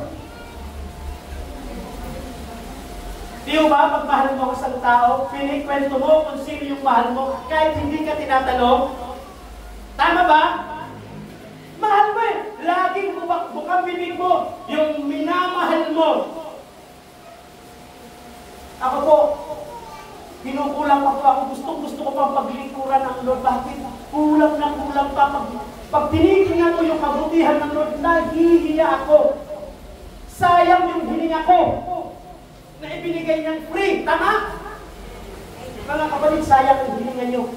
Hindi niyo yung binabayaran. Anong gusto niyo? Yung hininga niyo, binibili niyo? Hello po? Gusto niyo yung hininga niyo nakakabit doon sa ano? Tama ba? Gusto niyo yung pera? Imbes magamit ka sa glory ng Lord, sa mission, sa gawain ng Panginoon, yung pera, napapakinabangan ng hospital? Ako po'y naghihinayang tuwing nagagamit ang pera sa hospital. Kapag sa hospital at sa sakit, lumalabas ang mga kaperahan. Pero bakit pag sa misyon? Na ang epekto naman na gagawin mo ay mag-i-invest sa langit. Amen. Kasi duda. Don't get me wrong. Lahat tayo hahatulan ng Diyos. Ako hahatulan ng Diyos. Kayo rin hahatulan ng Diyos. Pagharap natin sa langit, tatanungin tayo ano ang ginawa mo sa lupa. May lakas na loob ka ba na, Panginoon, ginawa ko po lahat. Sasabihin ba ng Panginoon, well done. Well done! Pumasok ka at makisalo. Paano kung dumating ngayon ang Panginoon? Handa ba tayo? Sino ang handa? Kasabihin ako! Handa ako anytime! Sino po? Baka handa ka, pero hindi ka nagpapagamit. Ang totoong handa, ginagamit ng Lord. Dahil alam niya na darating ang Panginoon anytime, kaya ang buhay niya ayaw masayang. Magalit ka ngayon sa akin sa hindi. Hahatulan tayo ayon sa ating mga ginawa. Nakasulat kayo sa aklat ng buhay. Sa Pahayag chapter 20, lahat na namatay, dakila, mangmang, at mga tao hindi nakasulat sa aklat. Hinatulan ang mga tao ayon sa kanilang mga ginawa. Hello? Sige lang, kung ayaw mo magpagamit, ay tamang panahon para sa iyo. When the time is right. Huwag mong hayaan na hihintayin mo ang karamdaman para masabi mo, Lord, gumaling lang po ako. Magpapagamit na po ako. Pagaling po. Huwag! Masisira ang buhay mo. Hindi kailangan ni Lord yung buhay may depekto. Nung hindi ka paralyzed, kung saan ka nagpapagamit ngayon, paralyzed na, alam mo, Marta, Panginoon, kahit ako kung ako ang Diyos, paano kita magagamit? Ang katawan mo, lustay na, pero ang espiritu mo, pwede. Komplikado. Basta tanggalin ko lang po ng Panginoon yung headset ko.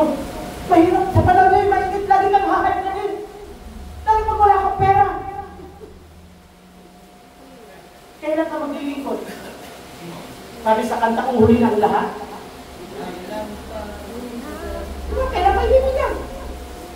Ako po, totoo yung sinasabi ni Pastor Francis, kung ako friend ko, makikita niyo ako kung saan-saan. Alam niyo po, ang principle ko, hanggat kaya ko pa yung malalayo at pinapahiram pa ako ng lakas, gagamitin ko sa mga lugar na kaya ko pang abutin. At kung sakaling manghina ako, at least, establish na yung ginawa ko at doon na lang ako sa lugar na kung saan kaya kong gumalaw. Yung iba ginagamit ang lakas, layas ng layas, hindi matagpuan sa simbahan.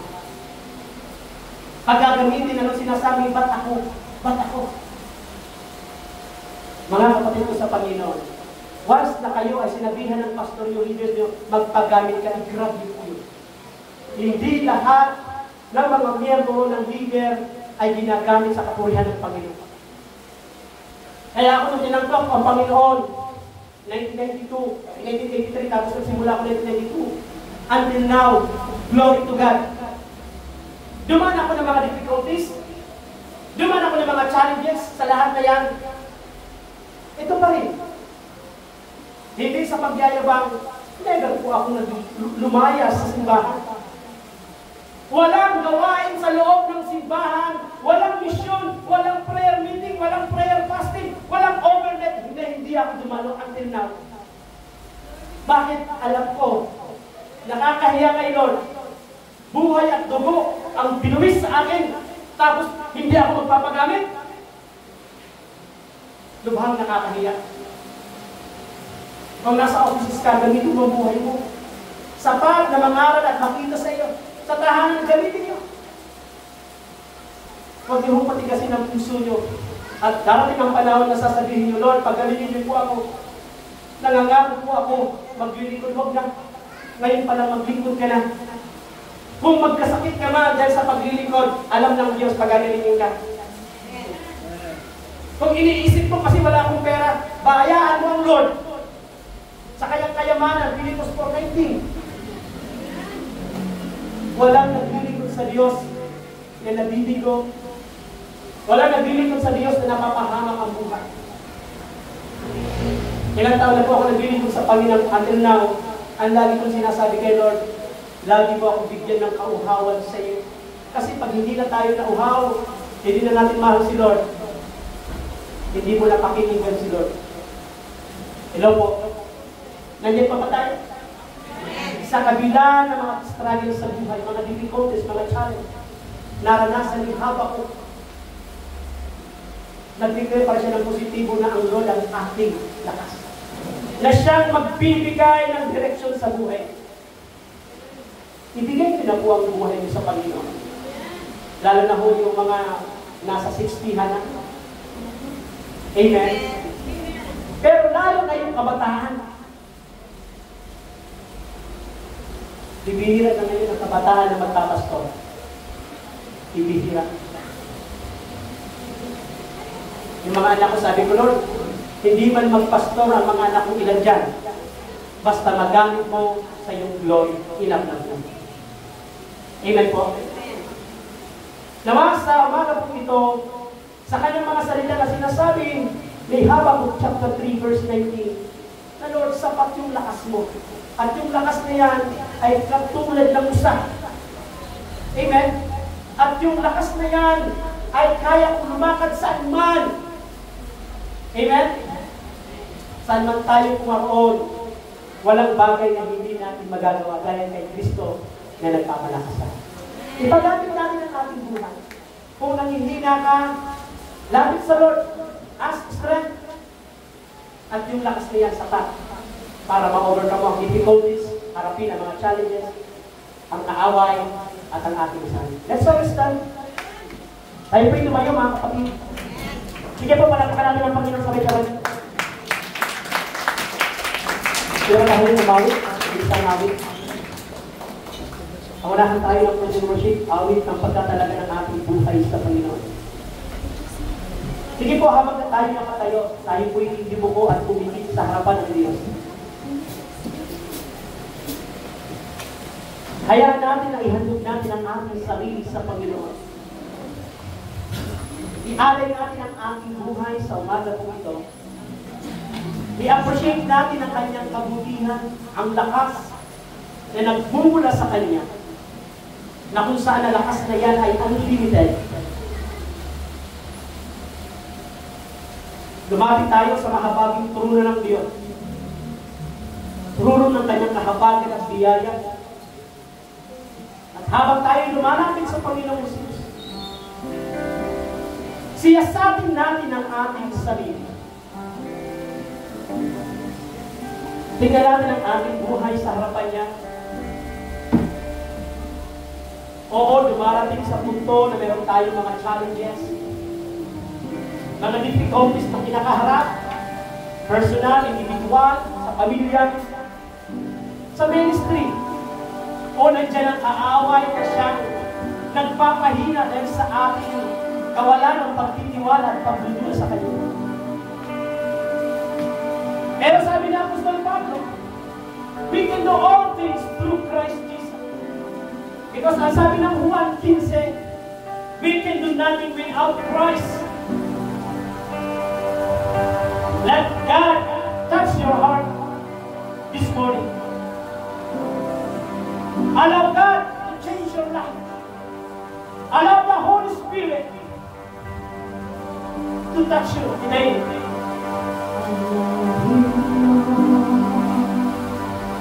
Ihag natin ang ating sarili sa Panginoon.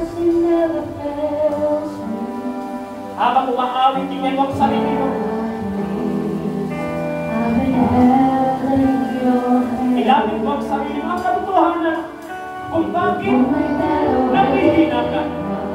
Kung bakit nagiging negatibo ang mga bagay. O minsan pinagduduhan natin, pinagdududahan natin ang kamay ng Diyos. Because hindi na natin mahal ang Panginoon. Ibalik mo ang sigla ng iyong pag-ibig sa Diyos. Yung una mong nakilala ang Diyos na excited ka. Walang umahal sa iyo, kaya mong harapin. Kahit mga difficulties, kahit mga challenge sa buhay.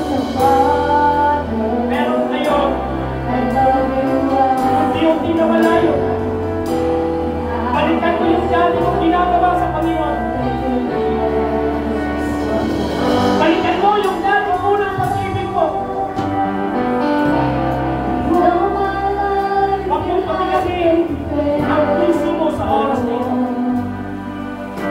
Italaga mo ang buhay mo sa Diyos para sa kanyang pagkakilan. Para sa pagliligtas ng Panginoon sa mga tao na nangailangan ng kaligtasan. Namatay siya para mabuhay ka. Nasumata siya para tayo bumalik. Babalik siya para tayo ay bumalik. Para tuloy. Ialay mo ang sarili mo sa Panginoon sa umaga. Hallelujah! Yes, Lord! Holy Spirit, pakialaman mo ang buhay ng bawat isa sa amin sa umaga ito. Pakialaman mo ang aming mga sarili ng hari. Pakialaman mo ang aming mga kailangan. Hallelujah! Come on, church! Let's open our eyes. Hallelujah! I-offer natin ang aming buhay sa iyo at sa iyong pag-ihiyan. Tingin mo sa Diyos na alas para magamit ka ng Panginoon. Magkaroon ng saysay at influensya mo ang Panginoon. Hallelujah!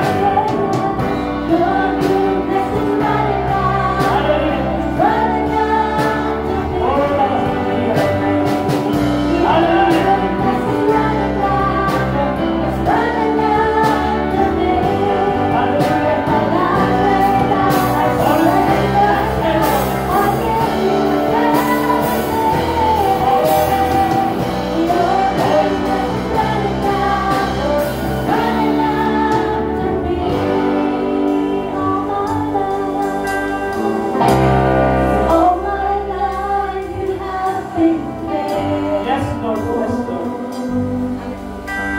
Hallelujah. Yes, Lord.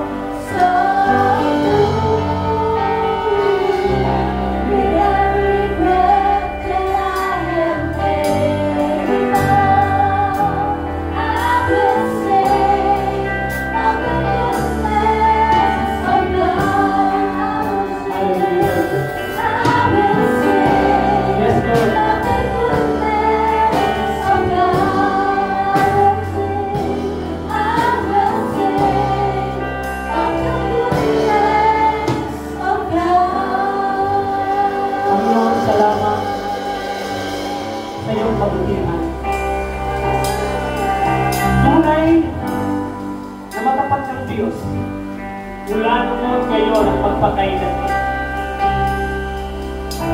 Narito kami kilala niyo ang aming mga puso. Asa mo, Panginoon, ang aming mga isipan at kalagayan, Panginoon. Opo, humihingi kami ng lakas. Hindi pa ang sarili namin. Lakas na nagmumula sa iyo para harapin ang mga difficulties, mga challenge, or mga struggle sa buhay, sa pamilya, sa ministeryo at sa simbahan nito, Panginoon. Patawarin mo kami kung ang aming buhay na ito ay hindi nagpagpapala. Patawarin mo kami sa aming mga pagkukulang, Panginoon. Humingi kami muli ng lakas para muling pumawi sa mga pagkukulang namin sa iyo. Humingi kami ng lakas upang mapagtagumpayan namin ang mga challenge sa buhay, gawa ng kaaway, at magamit ang aming buhay para sa iyong papurihan at sa pagliligtas ng napakaraming tao na wala pa sa iyo. Bigyan mo kami muli ng chance, Panginoon. Sinasariwa namin ang pag-ibig na tinanggap namin sa iyo noon hanggang ngayon, Panginoon. Pag-apuin niyo po ang aming pag-ibig muli. Nang pag-ibig ang magdadala sa amin, ang magtutulak para ang lakas na ito'y sapat para sa iyong kapulihan. Narito po ang mga kapatiran. Anuman ang kanilang pinagdadaanan, anuman yung mga challenges na kanilang kinakaharap sa buhay, sa kanilang pamilya, sa kanilang personal na pangangailangan, sa iglesia dito, Panginoon, at sa church dito. Ibigay kami, Panginoon, ng lakas na mula sa iyo, na unlimited strength para sa tagumpay ng lahat ang gagawin namin para sa iyong kapulihan. Lord, inihahandog namin sa iyo ang aming buhay. Yamang niligtas mo kami. Yamang pinatawad mo kami. Yamang inalay mo ang iyong buhay para sa amin at ipinadama mo ang iyong pag-ibig doon sa krus ng Kalbaryo. Wala ko kayong pwedeng isukli sa ginawa mo, kundi ang buhay na ito ay ipaglingkod sa iyo ng totoo. Amen. Sa umagang ito, sa tanghaling ito, muli mong gamitin ang aming buhay sa pag-ibanghelyo sa church na ito, sa ibang tao, para magbigay ng kapulihan at kaluwalhatian sa iyo. Lord, sorry, patawarin kami sa ilang mga panahon na hindi kami nagpagamit, o kung nagpapagamit man kami, yung apoy na yun ay kulang. Ngayon, Panginoon, at 20 taong Panginoon, 30 years na yung katapatan, hayaan mo, hindi mo patapuyin ang aming pananampalataya, ang aming paglilingkod, ang pagpapagamit. Inihahandog namin sama-sama sa iyo ang aming mga buhay. Bitin mo para sa iyong kapulihan. Ito po ang aming panalangin sa pangalan ni Jesus at sa kapangyarihan ng Santo Espiritu. Everybody say, Amen! At Amen!